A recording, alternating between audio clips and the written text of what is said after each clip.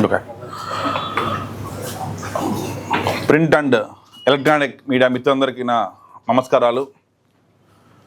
ఈరోజు ముఖ్యంగా ఇక్కడికి మిమ్మల్ని పిలిచడానికి ఒక 3-4 ఇష్యూస్ ఉన్నాయి. అందులో మొట్టమొదటిగా స్వర్ణముఖి ఆపరేషన్ స్వర్ణ. మీకు అందరికీ నేను గతంలో ఆపరేషన్ స్వర్ణ పేరుతో స్వర్ణముఖి రివర్ని మనం ప్రొటెక్షన్ చేయాలని చెప్పేసి అని మీకు అందరూ కూడా అనౌన్స్ చేయడం జరిగింది. అందులో భాగంగానే ఆ రోజు నుంచి కూడా ఒక్కరోజు కూడా ఎక్కడ లేజినెస్గా కాకుండా ఎక్కడ కూడా ఓపికగా లేకుండా నిదానంగా చేద్దామనేటువంటి లేకుండా ఫాస్ట్గా చేస్తూ వచ్చాం. అది కొద్దిగా కాన్ఫిడెన్షియల్గా మెయింటైన్ చేస్తూ సర్వేలన్నీ కూడా జరిగిపోయినాయి.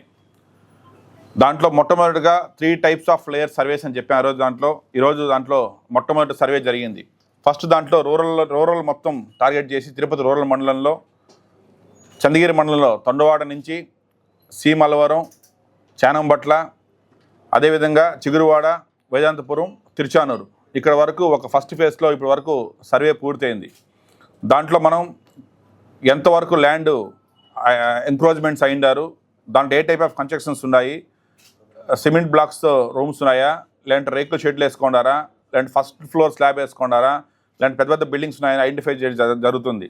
సో అందులో భాగంగానే ఈరోజు దాన్ని ఫస్ట్ ఇరిగేషన్ ఇంజనీర్స్ని పిలిపించి, రెవెన్యూ వాళ్ళని పిలిపించి కూడా ఇంతసేపు మీటింగ్ పెట్టేసి వాళ్ళందరినీ కూడా కరెక్ట్గా కట్ ఆఫ్ డేట్ ఇచ్చేసి 45 to 60 డేస్లో ఫస్ట్ స్వర్ణముఖి రివర్ బౌండరీని కూడా పైల్ ఫౌండేషన్ ద్వారా ఏదైతే ఈరోజు మనం సర్వే చేసి ఫైనల్ చేసామో దాన్ని మొత్తం కూడా ఫిక్స్ చేయమని దానికోసం డైరెక్షన్స్ ఇవ్వడం జరిగింది ఈరోజు. అదేవిధంగా ఈరోజు కొంతమంది ఇంజనీర్లు కొన్ని సలహాలు ఇచ్చారు. స్వర్ణముఖి ఆ పక్క ఈ పక్క ఒక 4 మీటర్ రోడ్డు WBM రోడ్డుగానే వేస్తే ఇంకా కొద్దిగా క్లియర్గా ఉంటాయని చెప్పేసి కూడా సలహా ఇవ్వడం జరిగింది. దాన్ని కూడా ఒక ఎస్టిమేషన్ రెడీ చేయమని కూడా చెప్పాం. సో అందులో భాగంగానే గతంలో మీకు చెప్పినట్టుగా తిరుచానూరు దగ్గర పద్మావతి ఘాట్ అనేసి కట్టాలని ఒక సంకల్పంతో ఈరోజు ముఖ్యమంత్రి చంద్రబాబు నాయుడు గారు దృష్టి తీసుకెళ్ళాము. సార్ కూడా దాన్ని పాజిటివ్గా దాన్ని చేయాలనే దీంట్లో ఉన్నారు. అదే డైరెక్షన్స్తో principal secretary irrigations Sai Prasad sir గారు, కలెక్టర్ గారికి, ఇరిగేషన్ డిపార్ట్మెంట్ అందరూ కూడా డైరెక్షన్ ఇవ్వడం జరిగింది. తిరుచానూరులో ఎక్కడైతే మన పార్కింగ్ ప్లేస్ ఇప్పుడు ఉండదో గతంలో దానికోసం ఒక స్పేస్ కేటాయించారు. ఆ స్పేస్ దగ్గర పాడిపేటకి పోయేటువంటి రోడ్డుకి వెస్టర్న్ సైడ్లో పద్మావతి ఘాట్ కట్టాలనేసి దానికి ఆ పక్క ఈ పక్క చెక్ డ్యామ్స్ కట్టి వాటర్ని స్టోరేజ్ చేసి ఎవ్రీ ఫ్రైడే కూడా సాయంత్రం 6 గంటలకి గంగా హారతి ఇచ్చే విధంగా ఆ పద్మావతి ఘాటిని డిజైన్ చేసేదానికి కూడా నిర్ణయం తీసుకోవడం జరిగింది. దాంతోపాటే ఈరోజు ఫస్ట్ టైప్ ఆఫ్ సర్వే అయింది. ఇంకా 2 లేయర్ సర్వేస్ ఉన్నాయి. ఆ 2 లేయర్ సర్వేస్ ఏంటంటే ఈరోజు బౌండరీస్ ఫిక్సేషన్ చేసిన తర్వాత ఎవరైతే దాంట్లో నిజంగా గతంలో చెప్పినట్టుగా బీదవాళ్ళు ఎవరైతే ఉంటారో వాళ్ళందరికీ కూడా ఎవరికి ఎక్కడ చిన్న అన్యాయం జరగకుండా వేరే చోట వాళ్ళకి ప్లేస్మెంట్స్ ఇచ్చే విధంగా సీఎం గారితో మాట్లాడాలనేసి నేను ఒకటి చెప్పాను. అది కూడా చేస్తాము. నెక్స్ట్ 3rd ఫేజ్లో ఇవంతా ఐడెంటిఫై చేసిన తర్వాత డెమాలిషన్ ఎవరైతే ఎంక్రోచ్మెంట్స్ అయిపోయాయి నదిని అవన్నీ కూడా ఎంక్రోచ్మెంట్ చేసే విధంగా 3rd ఫేజ్లో తీసుకున్నాం. సో అందులో భాగంగా ఈరోజు ఫస్ట్ ఫేజ్ అయిందాను కాబట్టి మీకు అప్డేట్ చేయాలి కాబట్టి ఈరోజు స్వర్ణముఖి రివర్ మీద దానికోసం ప్రజలకు చెప్పాలనే ఉద్దేశంతో ఈరోజు ఇక్కడ ప్రెస్ మీట్ పెట్టడం జరుగుతుంది. సో అది number 1. Next number 2 Settipalli lands.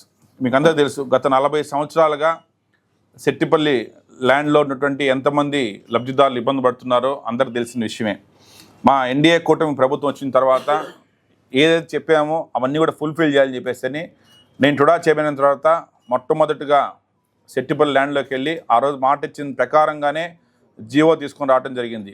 GO తీసుకొచ్చిన రోజు నుంచి కూడా ఇప్పుడు కలెక్టర్ గారితో సుమారుగా 11 రివ్యూ మీటింగ్స్ పెట్టుకొని రెవెన్యూ వాళ్ళని పక్కన పెట్టుకొని ఆర్డీఓని, ఎంఆర్ఓల్ని, సర్వేల్ని, డిప్యూటీ తహసీల్దార్ అందరినీ కూడా పెట్టి కంటిన్యూగా దాంట్లో ఎవరికి ఎక్కడ చిన్న డిస్టర్బెన్స్ జరగకుండా చెప్పిన మాట ప్రకారం అందరికి ఇవ్వాలని చెప్పేసి ఐడెంటిఫై చేయడం జరిగింది.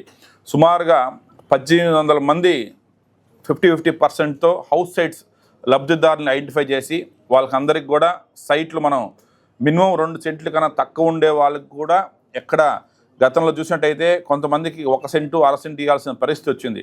అది కూడా ముఖ్యమంత్రి చంద్రబాబు నాయుడు గారు 1 సెంటు ఇస్తే వాళ్ళకి దేనికి ఉపయోగం ఉండదు, అందరికీ మినిమం అర్బన్లో 2 సెంట్లు అంటే 24 అంకణాలు ఖచ్చితంగా ఇవ్వాలనేసి ప్రభుత్వం పైన భారం పడినప్పటికీ కూడా ప్రతి బీదవాడు కూడా ఎన్డీఏ కూటమి ప్రభుత్వంలో సంతోషంగా ఇల్లు కట్టుకుండాలని చెప్పేసిన సంకల్పంతో ప్రతి ఒక్కరు కూడా 24 అంకణాలు సైట్ ఇవ్వాలనేసి గౌరవ పెద్దలు ముఖ్యమంత్రి చంద్రబాబు నాయుడు డిసైడ్ చేసిన సూచన మేరకు సుమారుగా 970 మందికి 24 అంకణాలు అంటే 2 సెంట్లు సైట్లు ఇస్తూ మిగిలిన 800 చిల్లర మందికి కూడా వాళ్ళకి ఏ రేషియోలో అయితే సైట్లు రావాలో ఆ విధంగా సైట్లు డిజైన్ చేయటం, దానికి అనుకూలంగా రోడ్లు డిజైన్ చేయటం, ఏకం వాళ్ళతో ఢిల్లీలో కాకుండా ఇక్కడికే తీసుకొని వచ్చి టుడా ఆఫీస్లో కూర్చోబెట్టి కంటిన్యూగా ఇక్కడ మా ప్లానింగ్ డిపార్ట్మెంట్ స్టాఫ్తో వాళ్ళని కోఆర్డినేషన్లో పెట్టేసి కూడా ఆ ప్లాన్ అంతా డిజైన్ చేయడం జరిగింది. ఆల్మోస్ట్ 90% హౌస్ సైట్స్ ఫినిష్ అయిపోయినాయి. నెక్స్ట్ అందులోనే అగ్రికల్చర్ పార్సల్స్ ఉన్నాయి, అంటే రైతులకు మనం 70-30% ఇస్తా అని చెప్పాము. దాంట్లో సుమారుగా 320 నుంచి 325 మంది రైతులు ఎవరైతే 5 సెంట్ల నుంచి ఎక్స్టెంట్ ఎంతవరకు అయితే ఉండారో వాళ్ళందరూ కూడా 30% మనం మంచి సైట్స్ అంతా ఒక పక్కన ఐడెంటిఫై చేయాలని చెప్పేసి అని వాళ్ళు కూడా సుమారుగా 68 ఎకరాలు రైతులకు ఇవ్వటం, 48 నుంచి 50 ఎకరాలు హౌస్ సైట్స్కి ఇవ్వటం, దాన్ని కూడా ఐడెంటిఫై చేసేసి క్లియర్గా పెట్టడం జరిగింది. సో దాన్ని కూడా మోస్ట్లీ ఇన్ కపుల్ ఆఫ్ డేస్లో ఏదైతే 1800 చిల్లర హౌస్ సైట్స్ ఉన్నాయో ఈ 325 సైట్స్ ఫార్మర్స్ ఉన్నారో వాళ్ళకందరికి కూడా లాటరీ వేసి అందరినీ వాళ్ళ చేతితోనే లాటరీ ఎత్తి ఎక్కడ కూడా చిన్న గోల్మాల్ జరగకుండా ఎక్కడ పార్షాలిటీ లేకుండా న్యాయం జరిగే విధంగా వాళ్ళ చేతితోనే మనం లాటరీ ఎత్తి వాళ్ళకే అలాట్ చేసే విధంగా కూడా చర్య తీసుకోవడం సిద్ధమైంది. సో కాబట్టి త్వరలోనే సెట్టిపల్లికి మంచి కళ రాబోతుంది. డెవలప్మెంట్లో కూడా వాళ్ళకి అన్నీ కూడా రోడ్స్ కావచ్చు, డ్రైన్స్ కావచ్చు, వాటర్ కావచ్చు, ఎలక్ట్రిసిటీ కావచ్చు, ప్రతి ఒక్కటి కూడా ఇల్లు కట్టుకునే దానికోసం ఏమేమైతే ఇన్ఫ్రాస్ట్రక్చర్ డెవలప్మెంట్స్ కావాలో అవన్నీ కూడా టుడా వాళ్ళకి దగ్గరుండి డెవలప్ చేసి ఇచ్చే విధంగా దాన్ని డిజైన్ చేయడం జరిగింది. అదేవిధంగా ఈరోజు నెంబర్ 3 అవిలాల చెరువుని మనం డెవలప్ చేయాలా. ఎందుకంటే ఈరోజు మీరందరూ చూస్తున్నారు, వర్షం వస్తే తిరుపతి ప్రాంతం లక్ష్మీపురం సర్కిల్ కాడ నుంచి కావచ్చు కొన్ని లోతట్టు ప్రాంతాలన్నీ కూడా తిరుపతి మునిగిపోయే పరిస్థితి చూస్తున్నాం. ఈరోజు వీటికి పర్మనెంట్ సొల్యూషన్ ఒకటి జరగాలనేసి సీఎం గారు దృష్టికి తీసుకెళ్తే సీఎం గారు యువ నాయకుడు నారా లోకేష్ గారు ఖచ్చితంగా దానిపైన డెసిషన్ తీసుకోమని చెప్పడంతో అవిలాల చెరువును డెవలప్ చేసి ఏదైతే ఇప్పుడు పేరూరు చెరువు వాటర్ ఫ్లో మొత్తం కూడా తిరుపతి రావడం జరుగుతుంది వర్షం పడినప్పుడు.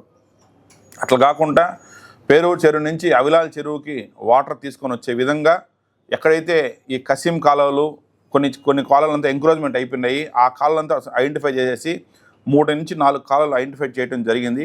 ఆ కాలువల ద్వారా పేరూరు చెరువు నుంచి అవిలాల చెరువుకి వాటర్ తీసుకొని వచ్చి అవిలాల చెరువులో వాటర్ నింపిన తర్వాత దాన్ని బ్యూటిఫికేషన్ చేసేసి ఏదైతే వినాయక సాగర్ ఎలా అయితే ఈరోజు ఉందో, ఎన్ని వేల మందికి వినాయక సాగర్ ఉపయోగపడుతుందో అదేవిధంగా ఈస్టర్న్ సైడ్లో వినాయక సాగర్ ఉంటే వెస్టర్న్ సైడ్లో అవిలాల చెరువును కూడా డెవలప్ చేయాలని చెప్పేసి అని కూడా ఈరోజు డెసిషన్ తీసుకోవడం జరిగింది.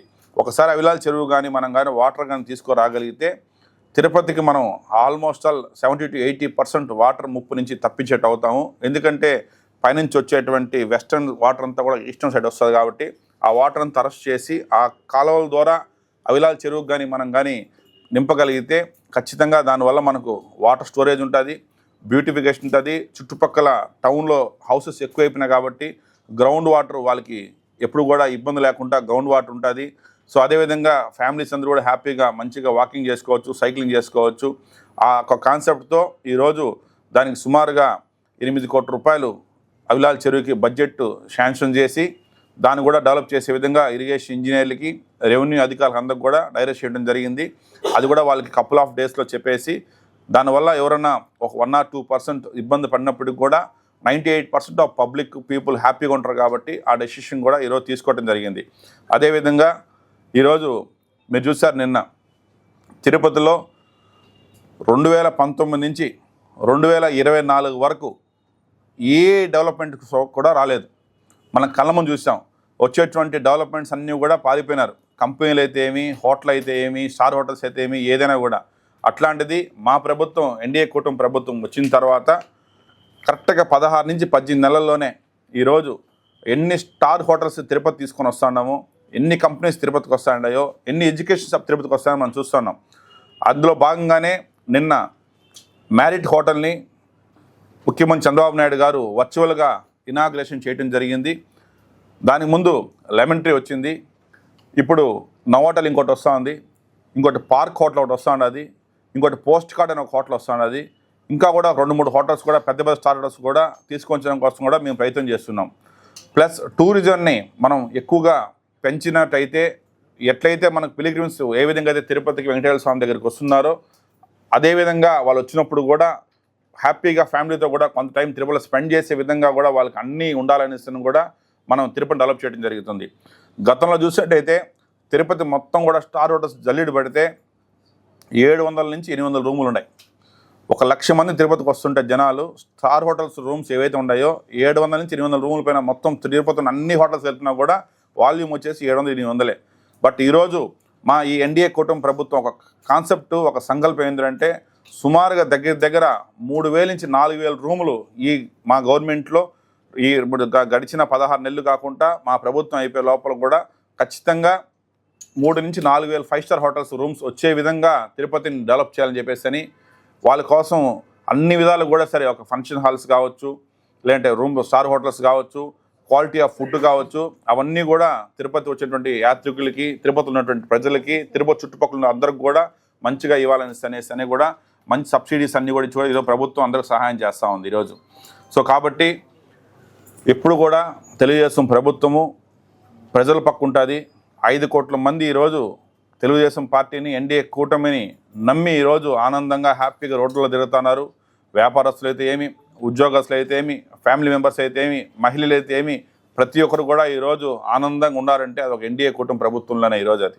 సో కాబట్టి ఈరోజు టుడా చైర్మన్గా నేను బాధ్యత తీసుకున్న రోజు నుంచి కూడా మీకు అందరూ తెలుసు ఎంత కష్టపడుతున్నామో, ఎంత చేస్తున్నామో, తిరుపతిని ఏ విధంగా డెవలప్ చేయాలా, తిరుపతి జిల్లాని ఏ విధంగా డెవలప్ చేయాలా, ఎక్కడ కూడా ఏ ఇబ్బందులు రాకుండా వాళ్ళన్నీ కూడా క్లియర్ చేయాలని చూస్తున్నాం. అదేవిధంగా ఈరోజు వారిది మన ఏదైతే ఫ్లైఓవర్ ఉందో ఆ ఫ్లైఓవర్ మీద 2 ఇన్సిడెంట్ చూసాం. 2 పిల్లలు ఓవర్ స్పీడ్ తెలియసి యాక్సిడెంట్ అయ్యి కూడా కింద పడిపోవడం జరిగింది.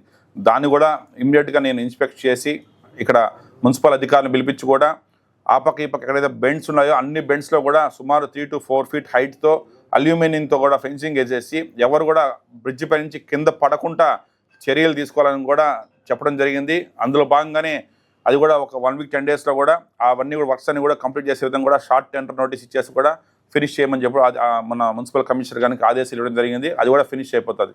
సో కాబట్టి యువతకు కానీ, మహిళలకు కానీ, ప్రజలకు కానీ అందరికి కూడా ధైర్యంగా తిరిగేటువంటి ప్రభుత్వం ఎన్డీఏ కూటమి ప్రభుత్వం. ఈ ఎన్డీఏ కూటమి ప్రభుత్వంలో డెవలప్మెంట్స్ మేము ఏదైతే చెప్పామో, ఎంప్లాయ్మెంట్స్ అన్నీ ఇస్తున్నాము. దీని డైరెక్ట్ ఎంప్లాయ్మెంట్స్ కావచ్చు, ఇండైరెక్ట్ ఎంప్లాయ్మెంట్స్ కావచ్చు, ప్రతి ఒక్కరు కూడా చెప్పిన మాట కన్నా కూడా మించి ఖచ్చితంగా ఉంటుంది. సో కాబట్టి ప్రజలందరూ ఆనందంగా ఉండండి, హ్యాపీగా ఉండండి. మీకు ఎప్పుడు కూడా ఎన్డీఏ కూటమి మీ అందుబాటులో మీకు సపోర్ట్గా ఉంటుంది. ఏమన్నా క్వశ్చన్స్ ఏమన్నా? బ్రిడ్జెస్ బాడిపేటది అటు పిచ్చానూరు బ్రిడ్జెస్ ఉన్నాయి కదా, కట్టుకున్నట్లే వదిలేస్తున్నారు. అది ఆల్రెడీ సీఎం గారు దృష్టి తీసుకెళ్లారు. ఫస్ట్ టీటీడీ ఫండ్తో కట్టాలనుకున్నారు. బట్ టీటీడీ ఫండ్ బ్రిడ్జెస్కి అంతా అలాట్ చేయందని లోపల ఇప్పుడు ఆర్ఎంబీ నుంచి ఫండ్ కోసం వెయిట్ చేస్తున్నాం.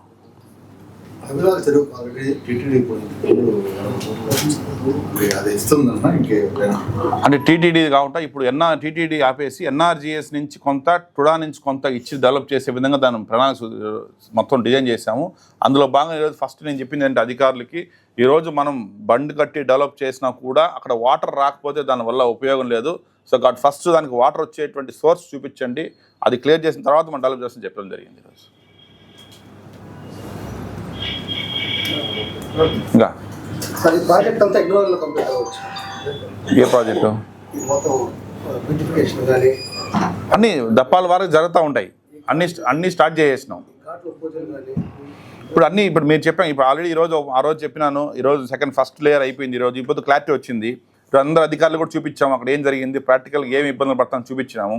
సో నెక్స్ట్ బేసెస్లో వాళ్ళు క్లియర్గా ఆ కన్సల్ట్ విఆర్ఓని సెక్రటరీని పంపించేసి ఎవరు ఇల్లు కట్టుకున్నారు, వాళ్ళ డోర్ నెంబర్ ఏంది, వాళ్ళ కరెంట్ మీటర్ ఏంది, వాళ్ళ పేర్లు ఏంది, వీళ్ళు ఎప్పుడు ఇల్లు కట్టుకున్నారు, వాళ్ళకి ఏ విధంగా ఇల్లు కట్టారు, వాళ్ళకి ఇల్లు కట్టడం కోసం ఎవరు అప్పట్లో పర్మిషన్ ఇచ్చారు, ఆ డీటెయిల్స్ అంతా తీసుకొని చేసి దానికి ఒక ప్రొఫార్మ్ రెడీ చేస్తాము. ఆ ప్రొఫార్మ్ మొత్తం కూడా అధికారులు ఫిల్అప్ చేసి ఇచ్చారంటే నెక్స్ట్ స్టెప్కి వెళ్తాం. టుడా టవర్స్ బాగా జరుగుతుంది. వర్క్ బాగా స్పీడ్ అయింది. అది మొన్న యాక్షన్ పెట్టాము. ఇప్పుడు కమర్షియల్స్ కూడా బై మార్చ్ కల్లా గ్రౌండ్ ఫ్లోర్, ఫస్ట్ ఫ్లోర్ కమర్షియల్స్కి హ్యాండ్ ఓవర్ చేసే విధంగా కూడా ప్రణాళిక సిద్ధం చేసాము. దానికి సబ్స్టేషన్స్ కావాలన్నా కూడా సీఎండీ గారితో మాట సబ్స్టేషన్ కూడా శాంక్షన్ చేసేసినాము. అది కూడా రేపు వారంలో వర్క్ స్టార్ట్ అవుతుంది. మార్చ్ కల్లా కమర్షియల్స్ ఆపరేషన్ స్టార్ట్ చేసే విధంగా ప్లాన్ చేస్తున్నాము. ఈ పైన రూమ్స్ అన్నీ కూడా మొన్న పెట్టినప్పటికీ కొంత ఎక్కువ రెస్పాన్స్ కొంచెం తగ్గింది. దాన్ని కూడా ఏ విధంగా చేయాలని చెప్పేస్తాం కూడా ఆ 4 బెడ్రూమ్ ఏవైతే ఉంటాయో 2 బెడ్రూమ్ మార్చే విధంగా కూడా ప్లానింగ్ తీసుకొని కూడా అవి కూడా స్టార్ట్ చేసాం. తుమ్మలగొండ గెస్ట్ హౌస్ ఇప్పుడు మొన్నే కలెక్టర్ గారు ఆదేశాలు మొత్తం జీవో ఇచ్చారు. సో ఇప్పుడు దానిపై నెక్స్ట్ వీక్లో ఆ గెస్ట్ హౌస్, స్విమ్మింగ్ పూల్ 2 కూడా హ్యాండ్ ఓవర్ చేసుకోబోతుంది. ఏ శనివారం రావచ్చు, అదే పనిపైనే ఉన్నాము. కంటిన్యూగా ప్రతి రోజులో కనీసం 1 గంట 2 గంటల సెట్టిపల్లి భూమి మీదే టైం కేటాయిస్తున్నాము. సో కాబట్టి ఇప్పుడు కూడా ఇది అయిన తర్వాత దానిపైన మళ్ళీ రివ్యూ మీటింగ్ కూడా జరుగుతూ ఉన్నది. సో ఎంత వీలైతే అంత త్వరగా ఇవ్వాలని చెప్పేసి కూడా ఈ ఫస్ట్ ఫేజ్లో ఈ అగ్రికల్చర్ పార్సల్స్ ఈ 1800 మందికి కూడా సెట్టిపల్లిలో సెటిల్ చేయాలని ప్లాన్ చేస్తున్నాం.